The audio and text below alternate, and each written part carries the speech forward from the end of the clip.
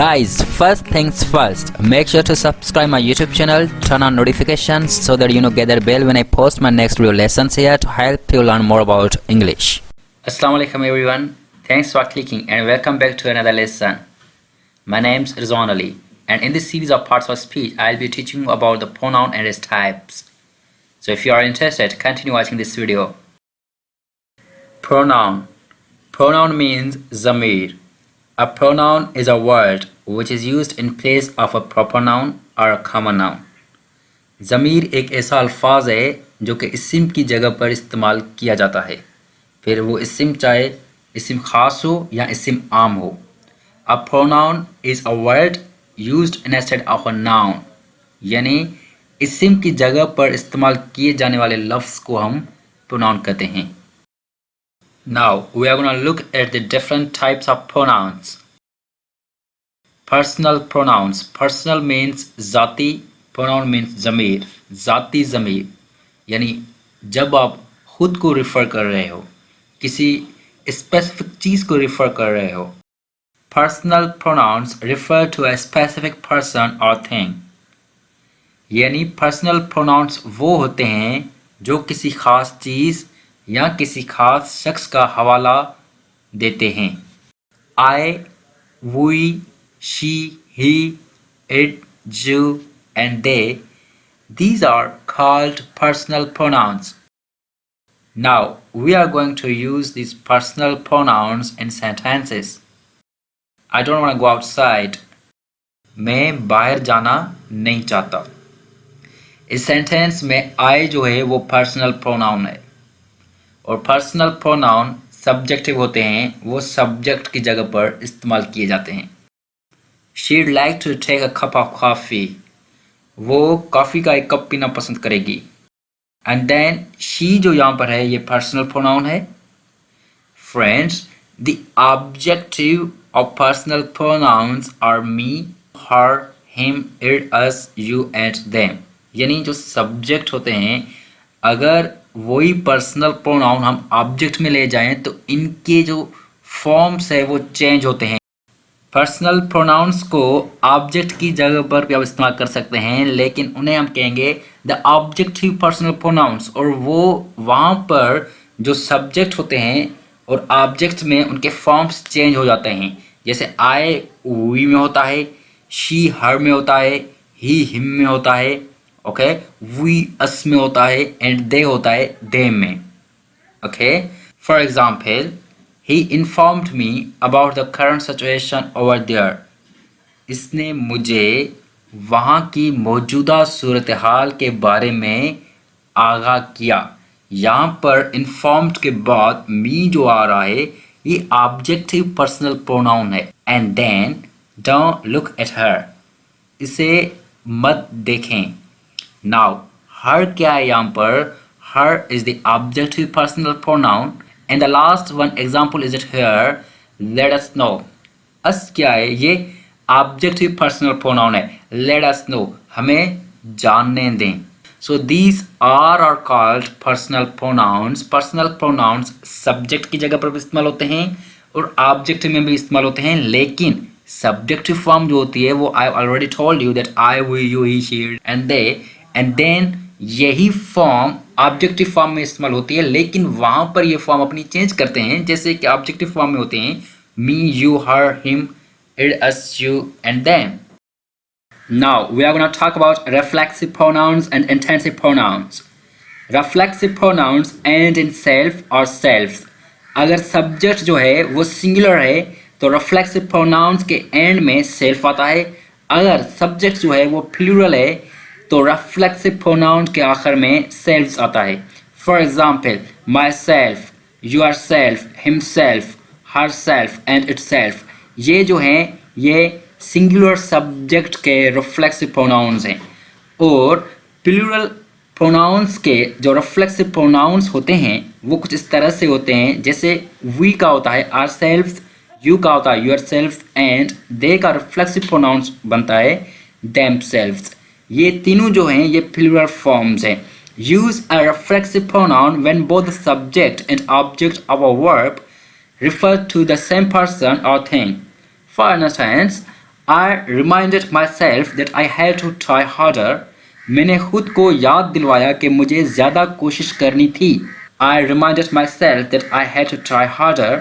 I का जो reflexive pronoun हो रहा है, obviously I is the singular subject, then इसका reflexive pronoun भी singular होगा. तो singular में self आता है at the end of the reflexive pronoun जो जहाँ पर end होता है. तो I reminded myself, self this means a singular subject, okay? The next example, suddenly she found herself in a dark corner. This means she के बाद verb आ रहा है, verb के बाद reflexive pronoun हो रहा है herself, और herself जो है ये singular reflexive pronoun है subject she का. Suddenly she found herself in a dark corner. अचानक वो अपने आप को एक स्याह कोने में मिली. Guys, this means they are called reflexive pronouns when the action done by the subject turns back upon the subject. Now, if I talk about intensive pronouns, they look the same as reflexive pronouns, but their purpose is different. Intensive pronouns add emphasis, यानी ये sentences में ताकीद जाहिर करता है, sentences में जोर देता है. ओके यहाँ पर जो हम इंटेंसिव प्रोनाउंस यूज़ करते हैं वो जुमले में जोर देने के लिए, एम्फेसाइज करने के लिए यूज़ किया करते हैं. For example, she build this house herself. उसने खुद ही ये अपना घर बनवाया. She build this house herself. The next example, I do it my self. I do it my self, ये मैं अपने आप करूँगा. दिस मीन्स यहाँ पर सेंटेंसेस पे माई सेल्फ का इस्तेमाल करके हम सेंटेंसेस में एम्फेसिस ऐड कर रहे हैं. That's why इन्हें intensive pronouns कहा जाता है, क्योंकि ये यहाँ पर intensive pronouns का किरदार अदा कर रहे हैं. Relative pronouns. Relative pronouns refer to nouns mentioned previously acting to introduce an adjective or relative clause. Relative pronouns जो होते हैं ये extra information देते हैं.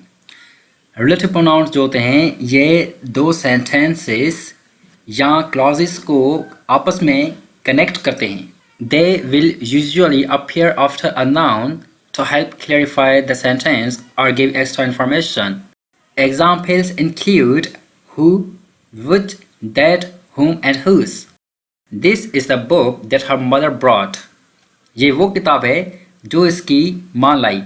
यहाँ पर आप देख रहे हैं कि जो सेंटेंस है ये एक्स्ट्रा इन्फॉर्मेशन दे रहा है कि ये किताब है लेकिन इसकी माँ भी लाई है, वही किताब है. तो सेंटेंस जो है ये एक्स्ट्रा इन्फॉर्मेशन दे रहा है. नेक्स्ट एग्जाम्पल है, Asad is the boy whose brother is a famous cricket player. Asad वो लड़का है जिसका भाई मशहूर क्रिकेट का खिलाड़ी है. These are the boys who work hard. ये वो लड़के हैं जो सख्त मेहनत करते हैं. इस सेंटेंस में आप देख सकते हैं कि इन सेंटेंसेस में रिलेटिव प्रोनाउंस का इस्तेमाल किया जा रहा है. और रिलेटिव प्रोनाउंस जो हैं ये दो सेंटेंसेस या दो क्लॉजेस को आपस में, एक सेंटेंस है तो दूसरा क्लॉज है उसको आपस में कनेक्ट कर रहा है और एक एक्स्ट्रा इन्फॉर्मेशन दे रहा है. So relative pronouns are used to join sentences और clauses. Number 4th type of pronouns, interrogative pronouns. The interrogative pronouns are who, whom, which and what. They are used for asking questions. Who and whom are used to refer to people who acts as the subject. यानी who जो है वो subject की तरह act करता है. For example, who is going to answer first. यानी पहले कौन जवाब देने वाला है. ठीक है, पहले जवाब कौन देने वाला है. अभी कौन क्या है ये सब्जेक्ट को रिफर कर रहा है, ये सब्जेक्ट की तरह एक्ट कर रहा है कि जो आंसर आएगा ऑब्वियसली वो सब्जेक्ट से आएगा. while whom acts as the object, यानी whom जो है वो ऑब्जेक्ट की तरह एक्ट करता है. For example, whom did you tell before. आपने पहले किससे बताया. whom did you tell before, यानी किससे बताया क्या है कि ये जो एक्ट कर रहा है ये ऑब्जेक्ट की तरह एक्ट कर रहा है. And then which is used to refer to things and animals. यानी which जो है ये चीज़ों या एनिमल्स का हवाला देता है. Okay, which do you prefer, tea or cold drink. आप किसको तरजीह देते हैं, चाय को या कोल्ड ड्रिंक को.